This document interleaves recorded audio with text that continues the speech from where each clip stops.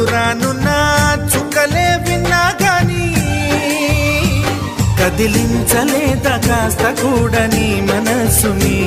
పరదాలు దాటి ఒక్కసారి పలకరించవేమి అందరినీ ఇలా వెంటపడి అడగాల